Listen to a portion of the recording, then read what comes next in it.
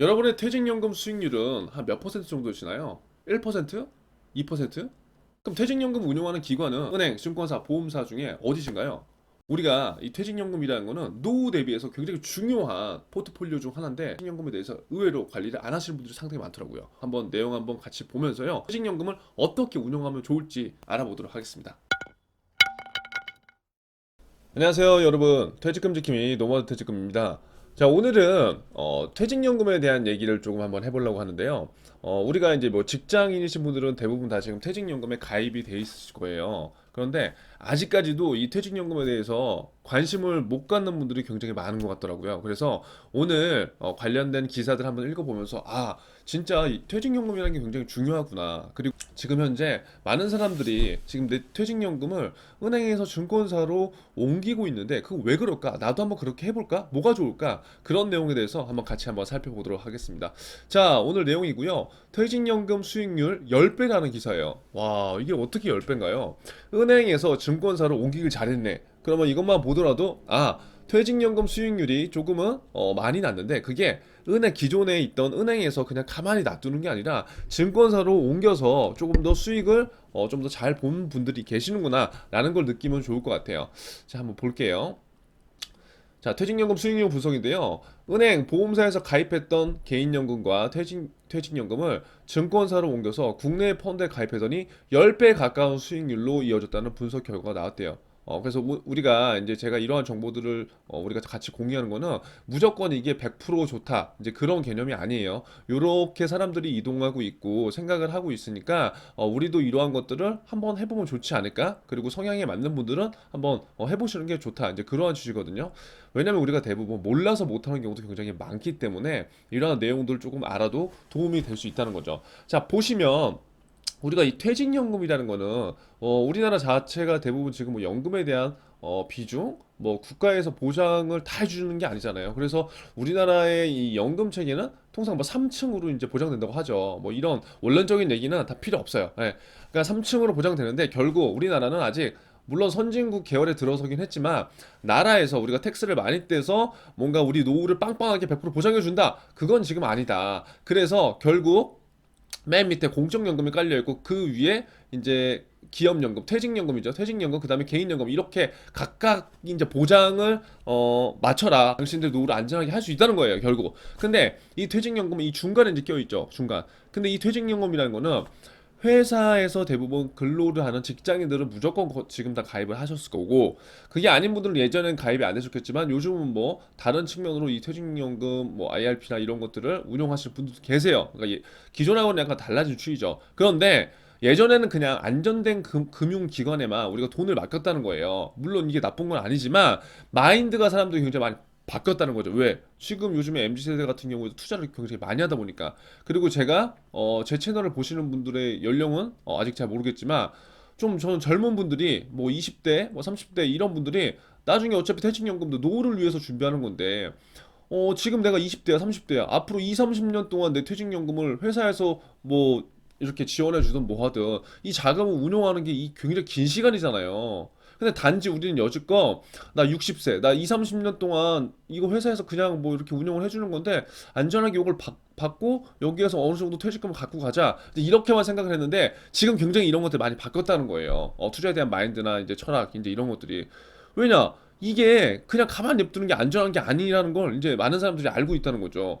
오히려 이 돈을 그냥 가만히 놔두는 게 더 불안전할 수도 있다는 거예요. 자, 그래서 뭐 작년, 재작년 동학개미 운동 이런 것에서도 맞추고 요즘에 투자 트렌드, 마인드 이런 게 너무 바뀌다 보니까 이제 야, 이 퇴직금 내가 진짜 야, 나 작은 돈 아니야. 이거 굉장히 많은 돈인데 이거 왜 내가 이렇게 하고 있을까? 이렇게 한번 해볼까 증권사로? 근데 이렇게 많이 된 거예요.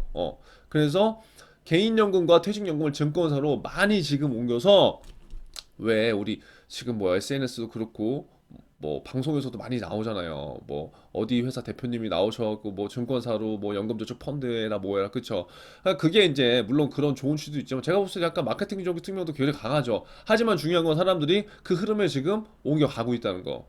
그래서 개인연금이든 퇴직연금이든 증권사를 옮겨서 국내 펀드에 가입했더니 10배 가까운 수익률을 나타냈다는 거예요.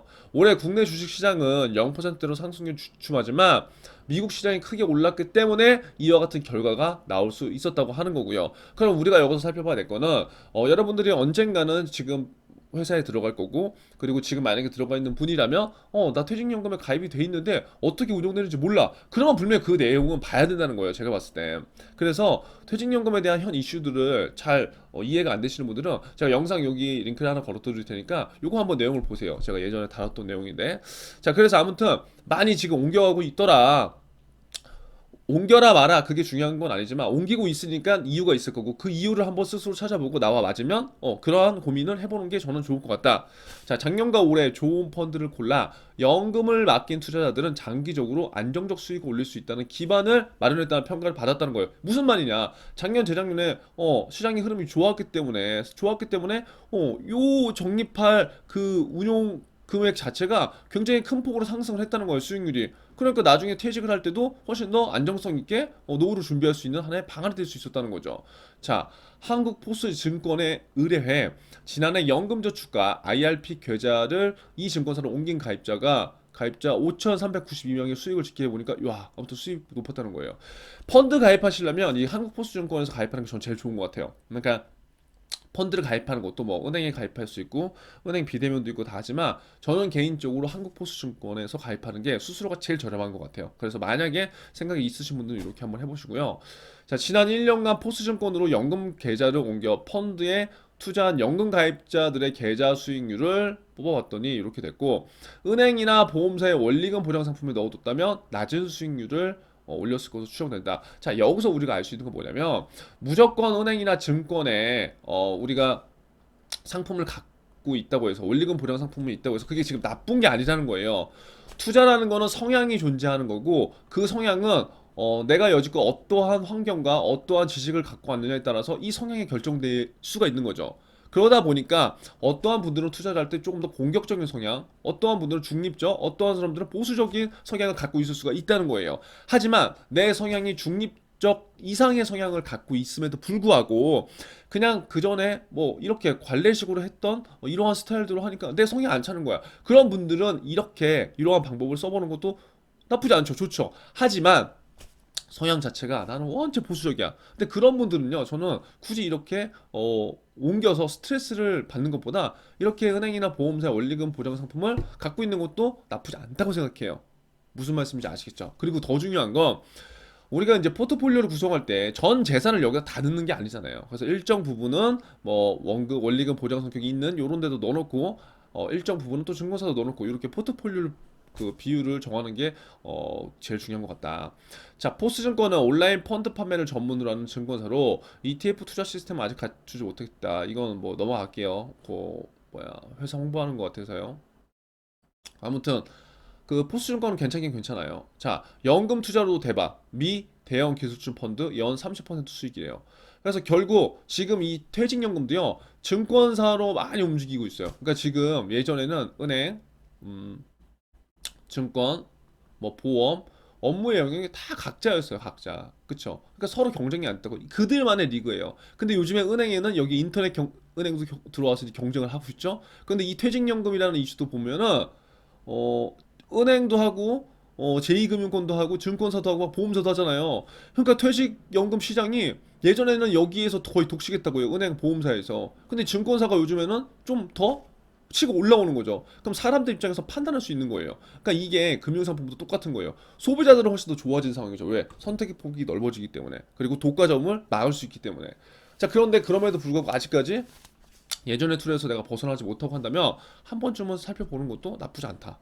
저는 그렇게 생각을 합니다. 그러니까 금융기관도요, 다 살아야 돼요. 살아야 되기 때문에 제가 지금 제 채널을 이제 2030 분들이 좀 보셨으면 좋은 거는 결국 나를 지키는 투자를 하기 위해서는 어떨 때는 베팅을 해야 되는 순간도 있고 어떨 때는 지키는 투자를 해야 되는 그런 시기도 있는데, 처음에는 저는 지키는 투자를 하는 게 무조건 좋다고 보는 거죠. 지키는 투자를 하면서 금융상품이나 이런 것들 제도를 잘 활용하고 거기에서 내가 이제 뭔가 발견한 노하우들을 바탕으로 해서 조금 더 확장시키는 게 저는 좋다고 판단을 해요. 이게 뭐 100% 맞는 건 아니지만. 그래서 그러려면 금융기관을 잘 이용하는 게 첫 번째로 우리가 중요하다.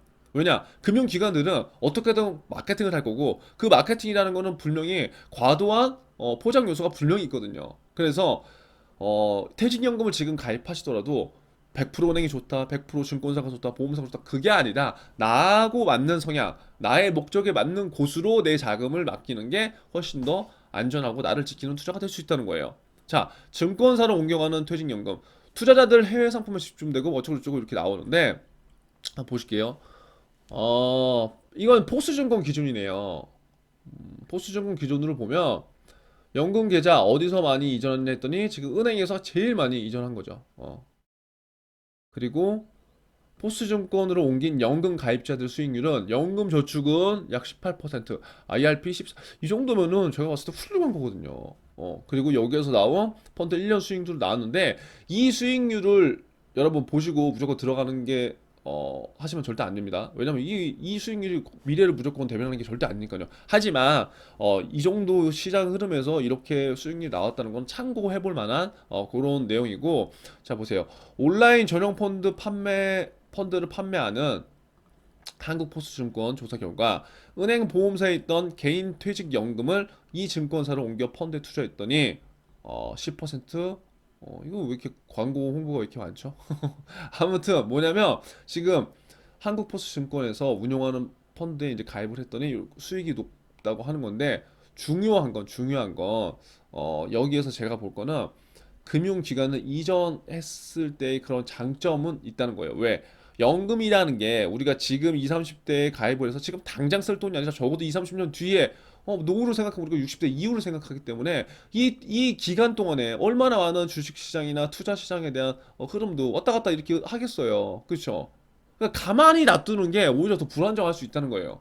그러니까 이거는 사람별로 다르다고요. 그런데 만약에 이런 것들을 내 스스로 느낀다, 그리고 이런 것들에 대한 니즈가 있다고 한다면 한국포스증권 같은 경우에는 수수료가 그래도 아무래도 굉장히 저렴하고 제가 봤을 때 뭐 운영도 잘 하기 때문에 펀드 라인업도 괜찮고요. 그래서 그런 것들 한번 고민해볼 필요는 있을 것 같다.